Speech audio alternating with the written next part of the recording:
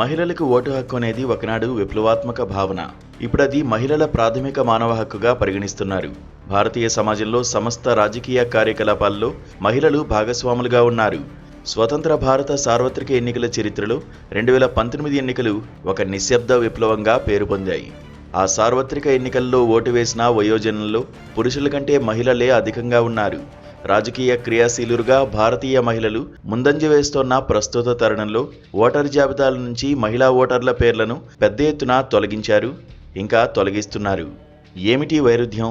వట్టి వైరుధ్యం మాత్రమే కాదు, అది చాలా క్రూర వైరుధ్యం, సందేహం లేదు. 21వ శతాబ్ది 3వ దశకంలో ఇదెలా సంభవించింది అని భావి చరిత్రకారులు తప్పక నివ్వెరపోతారు. భారత ఎన్నికల సంఘం ఇప్పటికే బీహార్లో ముగించిన, ప్రస్తుతం 12 రాష్ట్రాలు కేంద్రపాలిత ప్రాంతాల్లో అమలుపరుస్తున్న ఓటర్ జాబితాల ప్రత్యేక సమగ్ర సవరణలో ఈ కఠోర వాస్తవం, క్రూర వైరుధ్యం చోటు చేసుకుంటోంది.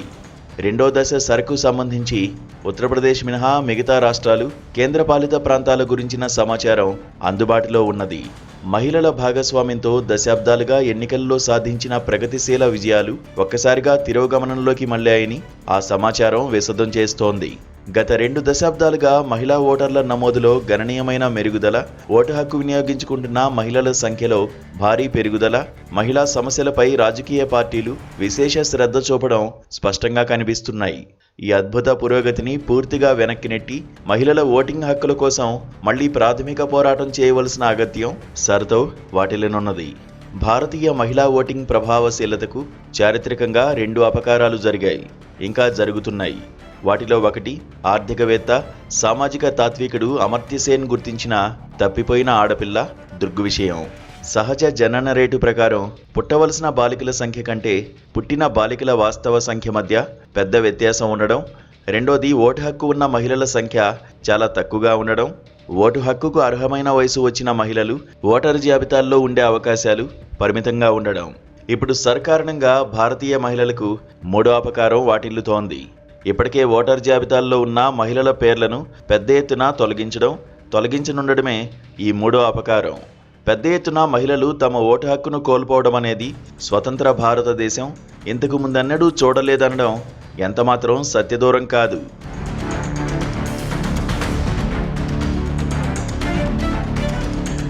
సంభవించనున్న ఈ క్రూర పరిణామానికి సూచనలు బీహార్ సర్లోనే స్పష్టంగా కనిపించాయి.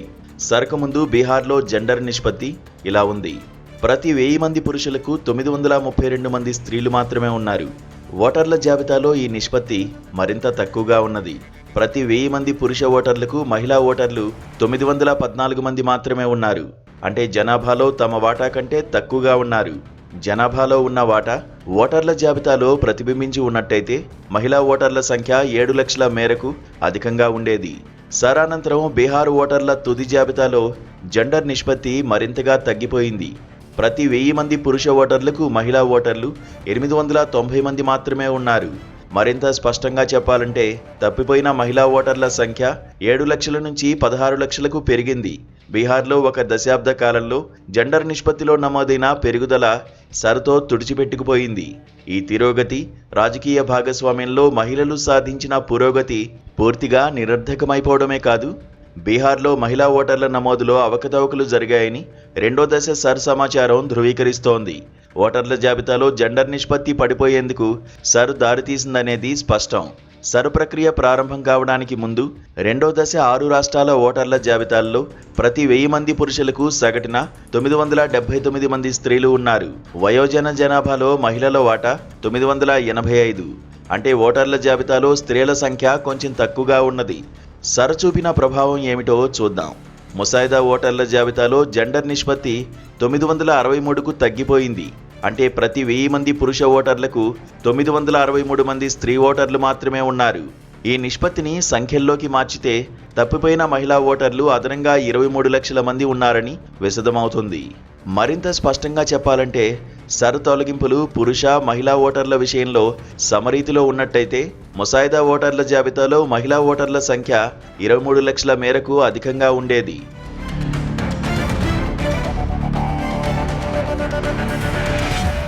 ఉత్తరప్రదేశ్, ఛత్తీస్గఢ్లకు సంబంధించి జెండర్ వారీగా సమాచారం ఇంకా అందుబాటులో లేదు. ఆ రాష్ట్రాల సమాచారాన్ని కూడా పరిగణలోకి తీసుకుంటే తప్పిపోయిన మహిళా ఓటర్ల సంఖ్య బహుశా మరింత అధికంగా ఉంటుంది అనడంలో సందేహం లేదు. ఇవేగాక రెండో దశ సరాములైన మిగతా రాష్ట్రాల్లో తమిళనాడు, కేరళ కూడా ఉన్నాయి. జెండర్ నిష్పత్తి మెరుగ్గా ఉండే రాష్ట్రాలవి. అంతేకాదు ఈ రెండు రాష్ట్రాల్లోనూ ఓటర్ల జాబితాలో మహిళల సంఖ్య పురుషుల కంటే అధికంగా ఉండడం కూడా పరిపాటి. అయినా సర్లెక్కల్లో ఈ రెండు రాష్ట్రాల్లోనూ జెండర్ నిష్పత్తి తగ్గుదలకు దారితీసింది. ఆ తగ్గుదల తమిళనాడులో 2 పాయింట్లుగాను, కేరళలో 14 పాయింట్లుగాను ఉన్నది. ఇతర రాష్ట్రాల్లో పరిస్థితి మరింత ఘోరంగా ఉంది. ఆ రాష్ట్రాలు ప్రతి ఒక్క దానిలోనూ సగటున జెండర్ నిష్పత్తి తగ్గుదల 15 పాయింట్ల కంటే ఎక్కువగా ఉన్నది. మరింత స్పష్టంగా చెప్పాలంటే సర్ ప్రక్రియ ఇప్పటికే గుజరాత్లో 6 లక్షల మంది మహిళలకు ఓటు హక్కు నిరాకరించింది. రాజస్థాన్, బెంగాల్లో ఓటు హక్కు తొలగింపునకు బాధితులైన మహిళల సంఖ్య 5 లక్షల పైచిలుకు చొప్పున ఉన్నది. మధ్యప్రదేశ్లో ఇంచుమించు 5 లక్షల మంది మహిళలకు ఓటు హక్కును నిరాకరించారు. బీహార్లో వలె ఈ రాష్ట్రాల్లో కూడా ఎన్నికల్లో మహిళల భాగస్వామ్యం విషయంలో దశాబ్దాలుగా సాధించిన పురోగతిని సర్ నిరర్ధకం చేసిందని చెప్పక తప్పదు.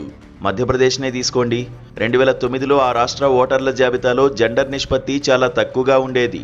ప్రతి 1000 మంది పురుషులకు 887 మంది మహిళలు మాత్రమే ఉండేవారు. ఈసీఐ కృషి కారణంగా ఆ తర్వాత జరిగిన ప్రతి సవరణలోనూ జెండర్ నిష్పత్తి పెరుగుతూ వస్తోంది. గతేడాది ఆ నిష్పత్తి 950గా ఉన్నది. రాష్ట్ర వయోజన జనాభాలో స్త్రీ పురుష నిష్పత్తికి అది దాదాపు సరిసమానంగా ఉన్నది. ఇప్పుడు సర్ముసాయిదా ఓటర్ల జాబితాలో జెండర్ నిష్పత్తి 933కు తగ్గిపోయింది.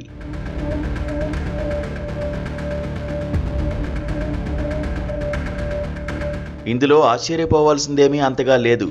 లోపభూయిష్టమైన రూపకల్పన కారణంగా సర్ మహిళా ఓటర్లకు అనుకూలంగా అమలైంది. ప్రతి ఓటర్ ఖచ్చితమైన గడువులోగా ఫోటోగ్రాఫ్తో సహా కొత్త ఎన్యుమరేషన్ ఫామ్ను సమర్పించవలసి ఉన్నది. పరిపాలనా ఓటు హక్కు రద్దుకు ఇదొక ప్రామాణిక తార్కాణం. ఈ పద్ధతి మహిళా ఓటర్లకు ప్రతికూలంగా పరిణమించింది. ఆబ్సెంట్, షిఫ్టెడ్ కారణాల ప్రాతిపదికన మహిళలను గణనీయమైన సంఖ్యలో ఓటర్ జాబితాల నుంచి తొలగించారు. గమనార్హమైన వాస్తవం ఏమిటంటే ఇలా తొలగింపునకు గురైన మహిళల్లో అత్యధికులు వివాహితులు. సహజంగానే వీరు పుట్టింట ఉండరు. ఈ కారణంగా పుట్టింటి ప్రదేశాల ఓటర్ జాబితాల నుంచి వారి పేర్లను తొలగించారు. అయితే మెట్టినిల్లు ప్రదేశాలకు చెందిన ఓటర్ జాబితాల్లో వారి పేర్లు చేర్చలేదు. ఇంతేనా? ముసాయిదా జాబితాలోని మహిళలు 2 దశాబ్దాల క్రితం నాటి పాత ఓటర్ల జాబితాలోని తమ తల్లిదండ్రుల పేర్లతో తమను అనుసంధానించుకుని తమ అర్హతను నిర్ధారించాలి. ఇది వివాహిత మహిళల పట్ల వివక్ష చూపడం కాక మరేమిటి? మన భావి చరిత్రకారులు ఈ సర్ సమాచారాన్ని నిశితంగా పరిశీలించే క్రమంలో ఓటర్ జాబితాల విషయమై ఈసీఐ మాన్యువల్ను తప్పక చూస్తారు. మహిళా ఓటర్ల నమోదు విషయంలో ఈసీఐ నిర్దేశించిన నియమాలు, ప్రక్రియా వ్యవహార పద్ధతులు ఎంత సున్నితమైనవిగా ఉన్నాయో గమనించి తప్పక ఆశ్చర్యపోతారు. నమోదు ప్రక్రియ ప్రతి దశలోనూ జెండర్ నిష్పత్తిని నిశితంగా గమనంలోకి తీసుకోవాలని ఈసీఐ మాన్యువల్ నిర్దేశించింది. ఇంటింటికి వెళ్లి తనిఖీలు చేయాలని, జెండర్ నిష్పత్తిలో ఏమైనా అసమతౌల్యత ఉంటే దాన్ని తొలగించేందుకు మహిళా బిఎల్ఓలను నియమించాలని కూడా స్పష్టం చేసింది. నియమాలు, పద్ధతులు ఇంత స్పష్టంగా ఉన్న ఓటర్ జాబితాల ప్రత్యేక సమగ్ర సవరణ అమల్లో మాత్రం మహిళా ఓటర్ల ప్రత్యేక సమగ్ర తొలగింపు ప్రక్రియగా ఎలా మారిపోయిందని భావి చరిత్రకారులు తప్పక ఆశ్చర్యపోతారు.